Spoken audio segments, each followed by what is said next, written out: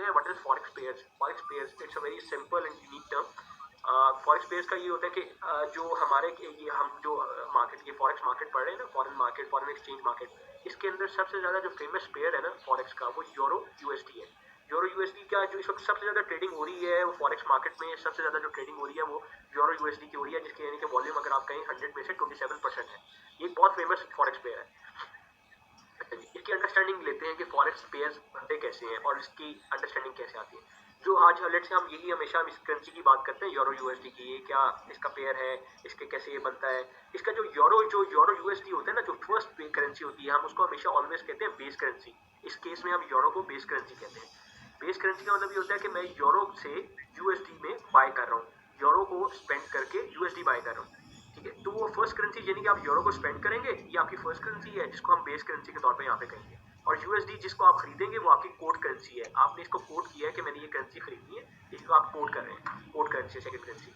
Euro USD the first currency is called the base currency and the second currency is called the code currency. USD के case में क्या ये different हो जाएगी, let's say अगर हम कहते हैं जेबीपी यानी great Britain pound slash JPY, it means कि हम ग्रेट ब्रिटेन पाउंड जो है वो मेरा बेस करेंसी है और जेपीवाई मेरा कोड करेंसी है।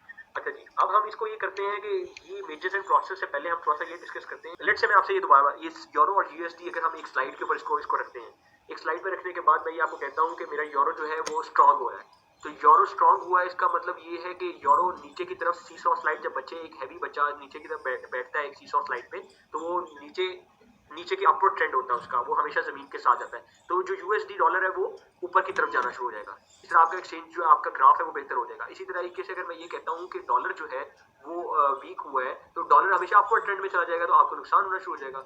और इसी के केस में वाइस वर्सा अगर हम ये बात करते हैं तो ये इस तरह चलता है सीसॉ वाला ट्रेंड।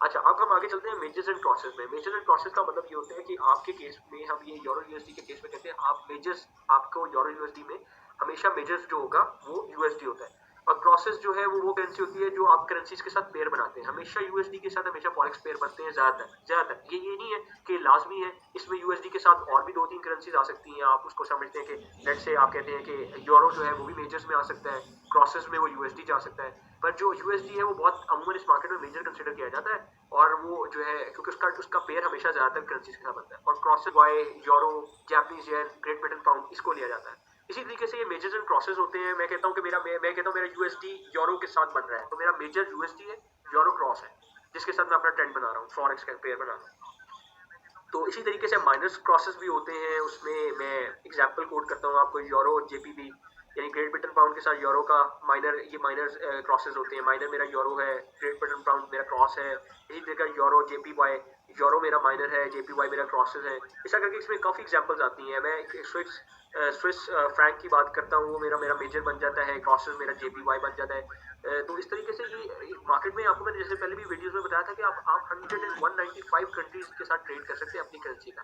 तो ये एक बहुत बड़ी एक पूल है जिसमें आप अपना किसी की करेंसी के साथ किसी करेंसी का पेयर बना लें, तो ये फॉरेक्स पेयर्स कहते हैं इसे। तो मेजर्स वो होते हैं कि जो आपने आपका मेजर्स में ये होता है, यूएसडी को ज्यादा हमेशा 3-4 करेंसी जो मेजर होती है जिसके साथ हमेशा पेयर बनाया जाता है। तो उनकी इकोनॉमी स्ट्रांग होती है, तो आपको लगता है कि आपकी इकोनॉमी वीक हो सकती है, तो उनकी इकोनॉमी बेहतर होगी, तो वो उसका ट्रेंड अपवर्ड की तरफ होगा, तो आपको बेनिफिट होगा।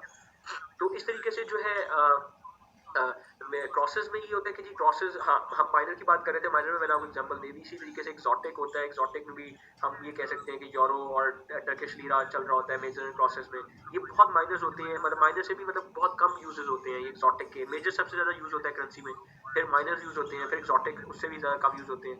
तो ये इसका एक ब्रीफ इंट्रोडक्शन था। तो I hope you can understand better. अगर आपको कोई और क्वेश्चन करना हो तो आप कमेंट में। Thank you so much for listening us.